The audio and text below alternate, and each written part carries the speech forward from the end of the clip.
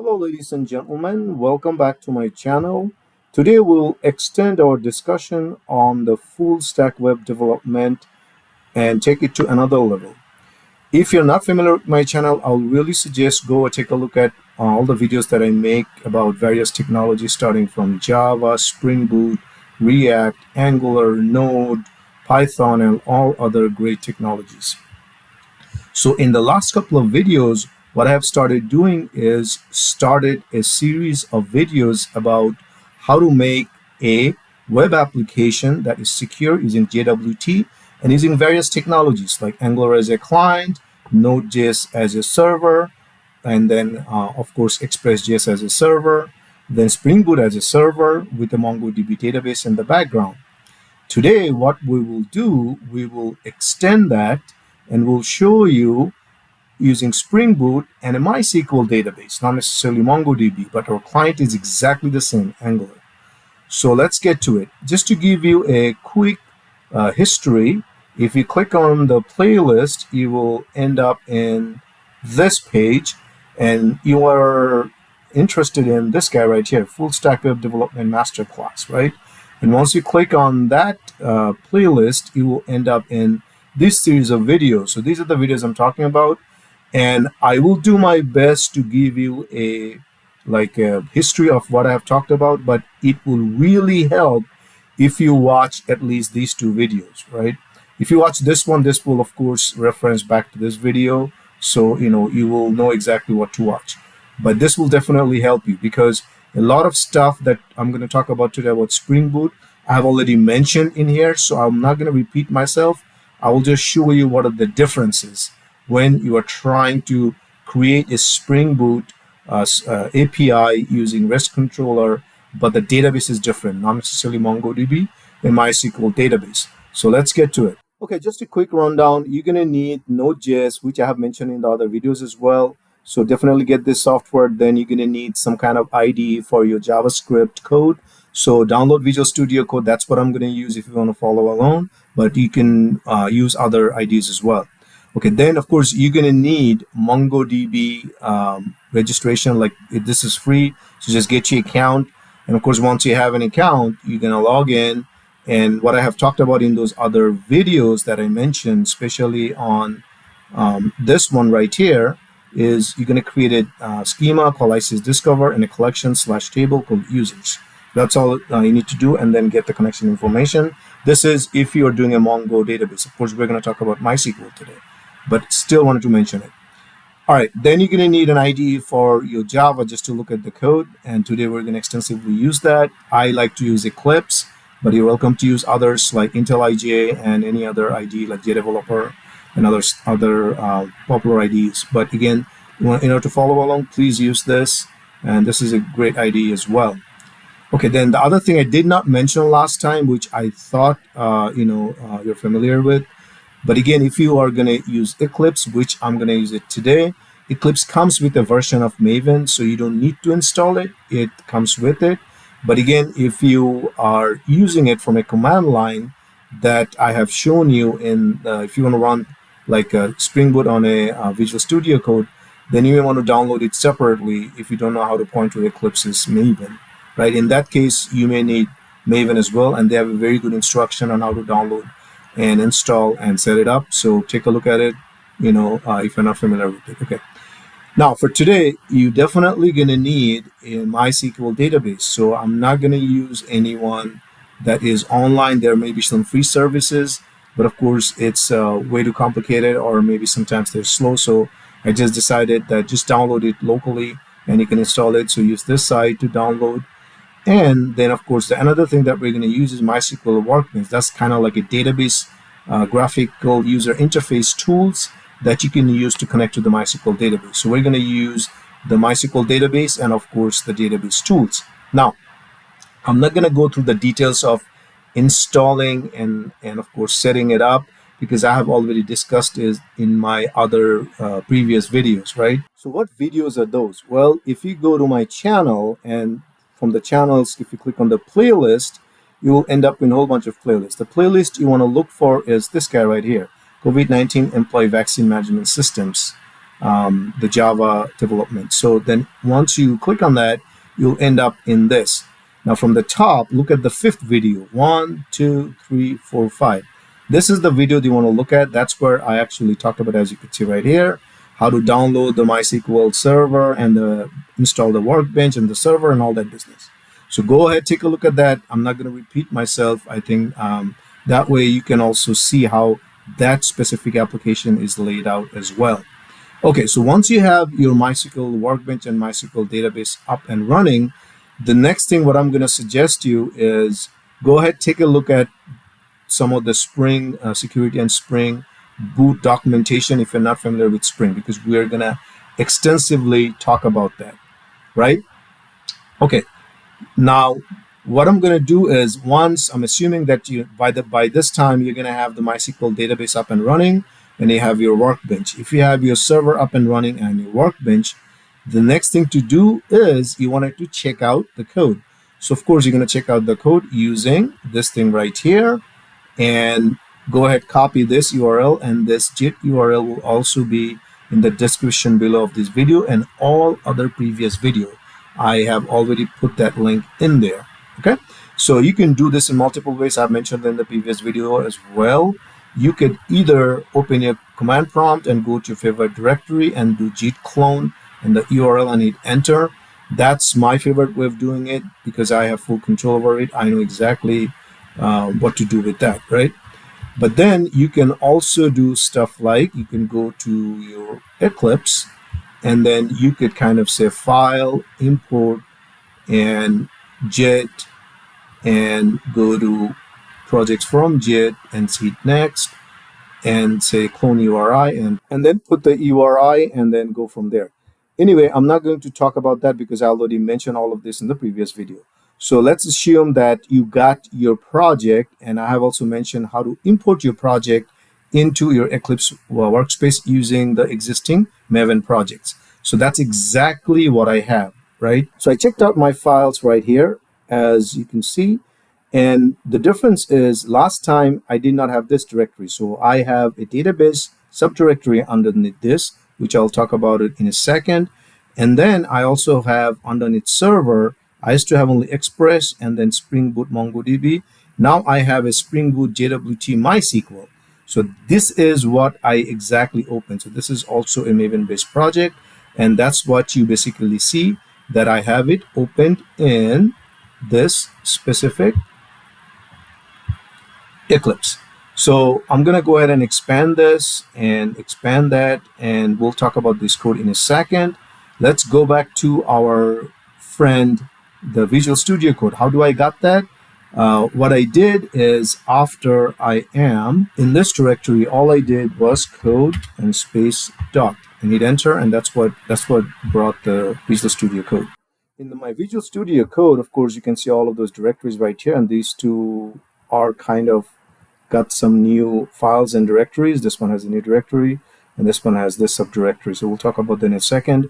In Visual Studio Code, of course, I mentioned that I typically ran in the previous videos everything from the Visual Studio Code. So here, as you could see, my Angular is up and running in this command prompt, and I don't have anything running from my server. In this video, what I'm going to do is I'm going to try to run the server from the Eclipse, right? So let's go ahead and do that. So back to my Eclipse, I expanded my Springboot JWT of MySQL. Now, before running it, of course, I'm going to have some kind of database, right? Because this is in MySQL. Remember, I'm not connecting to MongoDB anymore. So I need to have the database up and running. So if I bring attention back to this, I'm assuming that you already have these two installed, your server and your workbench. So what I'm going to have is I'm going to bring my workbench. So your workbench should look something like this. And of course, when during installation, you will have some root user ID and password that prompted you. Make sure you go ahead and use that to log in your root instance. And that's what I'm going to do. I'm going to log in my root instance. Then, of course, I have this SQL file already. Now, where the SQL file is coming from, it's actually coming from that specific directory. Let me show you. If you go to the database, we'll come to MongoDB later on, go to MySQL. This is the SQL file that I want you to open. That's exactly what I have it open. And this automatically has, okay, drop database, create a new schema, create a new table, and only a table we're creating in users. Remember, this is a similar table we created, or collection we created in MongoDB, and all the necessary columns. And then of course I got some sample data which you're welcome to use, and then I have a commit at the end. Now my passwords are hashed. What is the password? So this is the password. So I wrote it down to remember that whenever you're logging in, all users having the exact same password. You can always change it. If you want to change the password, make sure you hash it with BC Crypto. There are several ways of doing it. One way to do it is you can actually go online and just search for, type BC Crypt online and hit enter, and you'll end up in this, and just click on this guy and you'll end up in a site like this. And of course put your plain text password, leave the cost factor 10. The more you change this to higher value, it will take a longer time. So this is fine by default. And then you can just see when you click on generate hash, it looks going to generate the hash, and you can copy that. That would be your password hash, and this works absolutely fine. Okay, so going back to our script, so that's how I got this hash right here, and this is absolutely fine. So once you have the script up in the workbench, go ahead, just click on this guy right here, and if you click on this, it should just run automatically. The entire script will drop the database, create the right user and the database, and create the table and create all the data. So we got the data, we got the database, MySQL locally, everything is nice and dandy. Let's go back to the code. Let's see how this thing is working. What happens is, take a look at this application.properties, because this is where things are going to be different than the previous MongoDB setup, right? In MongoDB, you have the MongoDB information. Here you will have three information. There is Spring Data Source URL, Spring Data Source username, Spring Data Source password. Now what you want to do is you want to make sure that these environment variables are set up. Okay, Spring Data Source URL, then Spring Data Source username, and Spring Data Source password. One thing I'll tell you, make sure you have those environment variables set up first, and then you can bring up this IDE. That way this IDE will inherit those environment variables. Now, just to show you how this environment variable looks like, I'll just go back to this prompt right here, and I'll show you how they look like.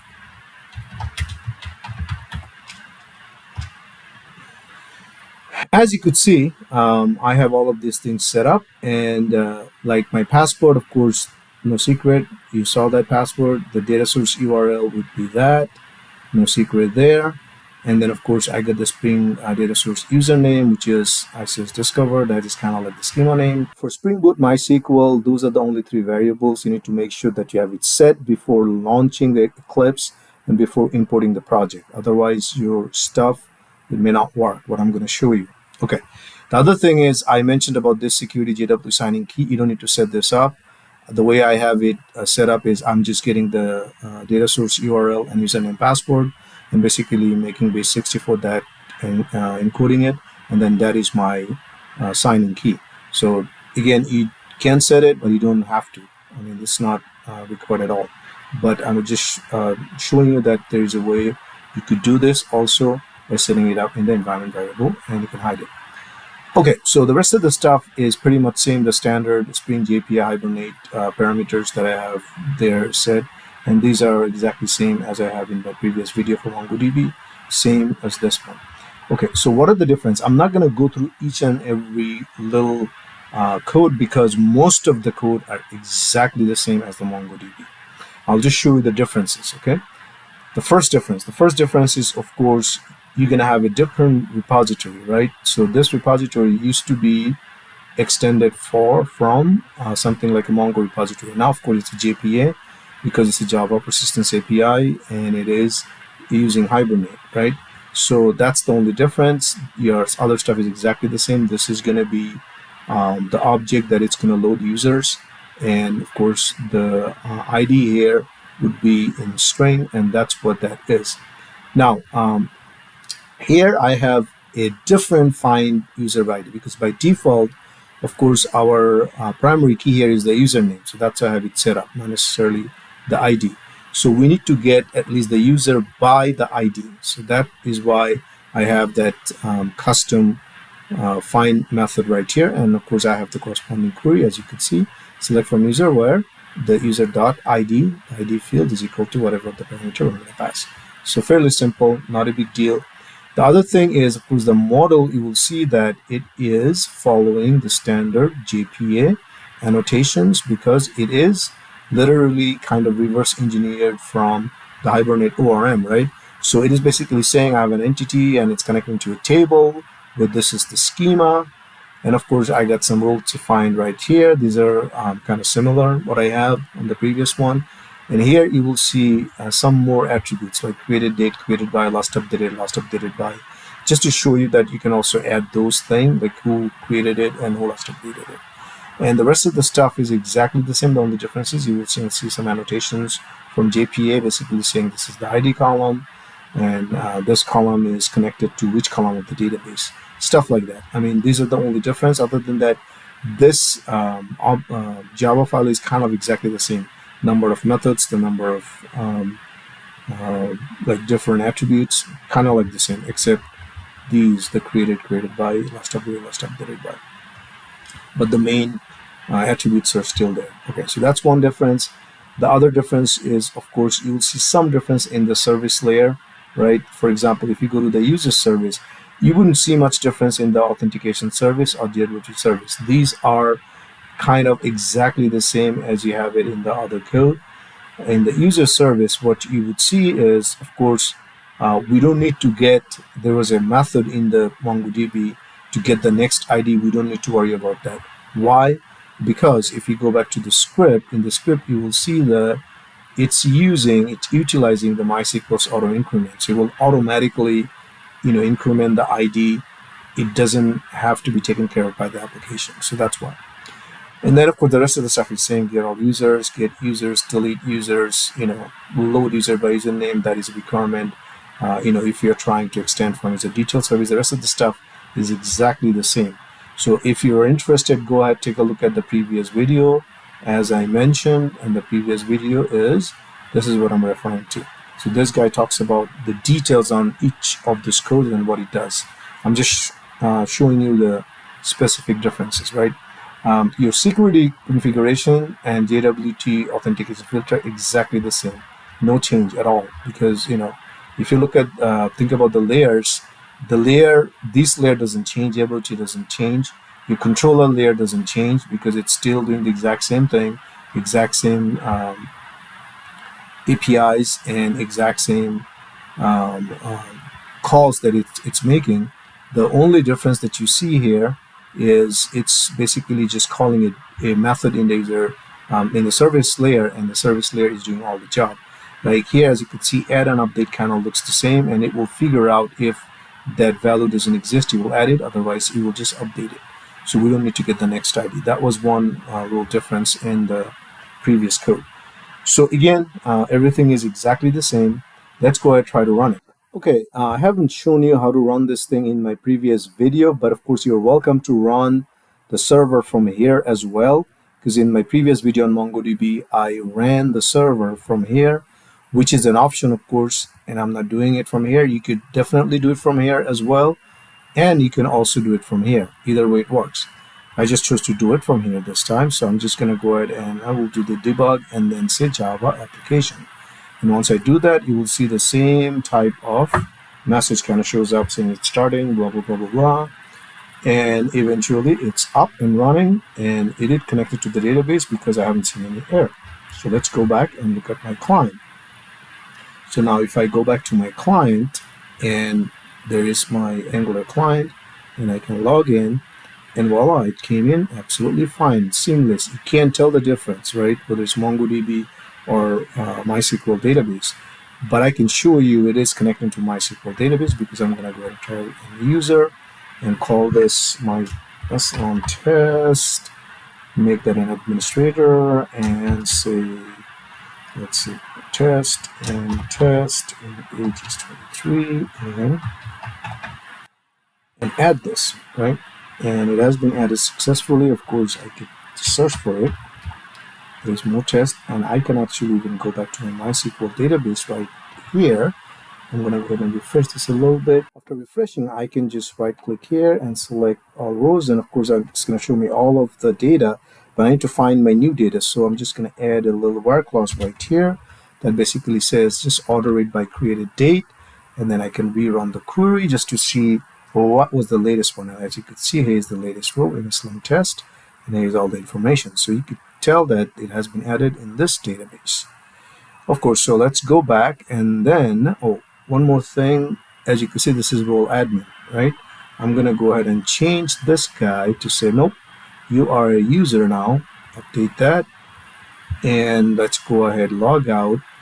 And of course, the username is @Islam_test. And log in. And as you could see, voila, this is a user now, right? And let's go back to my database. And I'm going to go ahead and rerun this query. And now the same user is role user, as you can see. So everything is being done as we expected, right? So as you can see, this is working as expected and it's absolutely fine. Now let's go ahead and delete the user just to make sure that this user is still there. If I run it, that user is still there as we had it. So let's go ahead, log in as a different user, and let's find that user, which is this guy right there. I'm going to go ahead and delete that guy. Gone. And then let's log out and let's go back to my database. And I didn't have to log out, I could have been in there, but let's rerun our query. And as you could see, that user is gone. There is no more that user anymore. So everything is working as expected. So that's kind of it about the Springboot MySQL version of the server.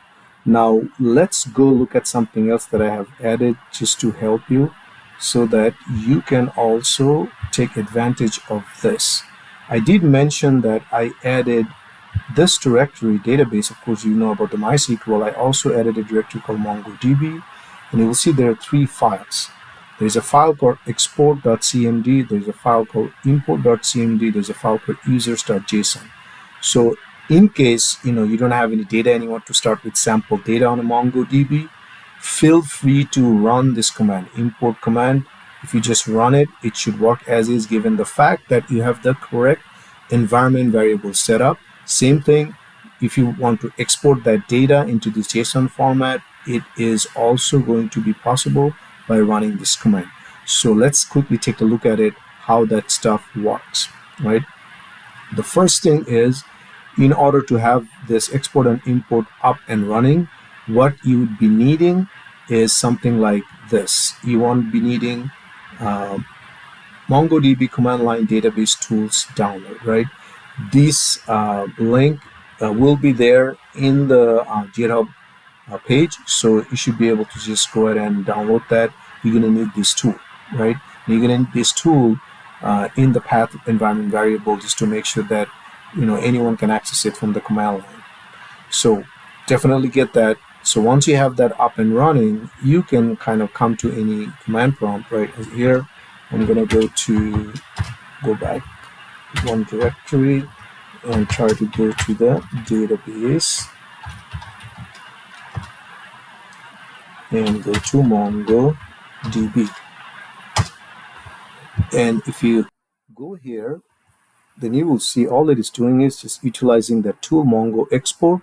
And you need these two environment variable, which if you follow my video, the previous couple of videos, especially the video that is this one right here, you will see in these videos I talk about how to set up those environment variables, right? And what are those?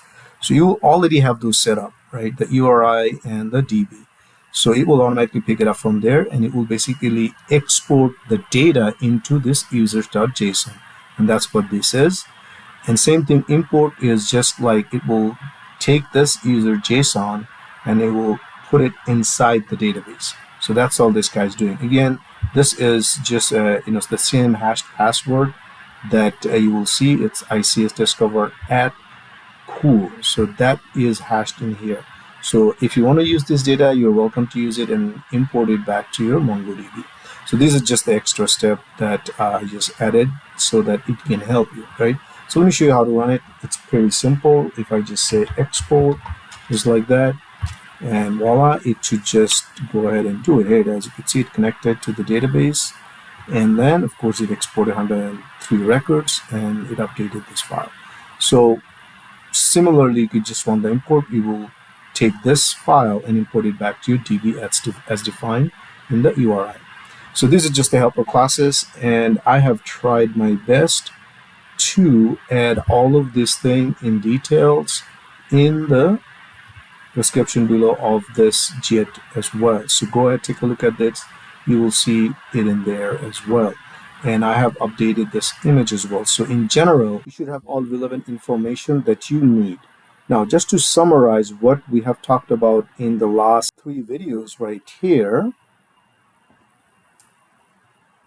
take a look at this flowchart right here. So, of course, we talked about you download Node.js, Visual Studio Code, Eclipse, Enterprise Edition for Java web development, and then, of course, register on MongoDB. It's free. Create the user's collection and ICS Discover schema. Then you can alternately, you can also download and install MySQL Server and Workbench. And after getting the MongoDB, you can also import the data using the user JSON. I just showed you how to do that. For MySQL, you can also run the user SQL script in the MySQL Workbench to load the data. So once you have all of this ready, then you can kind of like check out the user management code from Jet, and then this is your client, and any of these are your server, right? Any of these are your servers, and this is your client. So you can use Angular as a client, and then of course you can use Express as a server, Node.js as a server, or Springboot with the MongoDB, or Springboot as a MySQL server. If you use Express, this is how you can compile and run it. And of course, Angular, this is how you compile and run it. And this is what you launch to test the client. And of course, don't try to start all of the server together, because all of the server right now, if you don't change any code, it's using 8080 port. So it's gonna, not work. All of them together, because all of them try to clash with the port 8080. So use any one of them. Either you could use Express, or you could use a Springboot with the MongoDB, or you could use MySQL Server. And of course, this is how you run the Springboot one, right? And both of these is kind of doing the same thing. It's running on Springboot and using a Tomcat server. So that's why the arrows are kind of pointing to the same place. The only other thing I want to mention is I did add this import data users JSON and run user SQL script, which you're not going to have access to unless you check out the code. So you can kind of argue that why do you have this later on and this first? Well, you can actually create the database on any of these things and then check out the code and run it. It's not going to prevent you from running the application, because you can have an empty data. It's absolutely fine, not a problem. So this is just have an understanding that after you check out, then you can actually do import the data. So just an FYI. In any case, that is it. If this video has helped you in any way to increase your skills, your IT knowledge, please do subscribe my channel and also hit the bell icon so that you can get notified for the subsequent video. So now we have an application that does a JWT token validation. It's secure and it's all nice and dandy. But that begs a question, okay, this is good, but all the user has to be created manually. That kind of overkill, and that's not realistic. How do I get existing user authenticated into my application, right? How can I add in social media user? How can I add something like an Okta user? How can I add other users?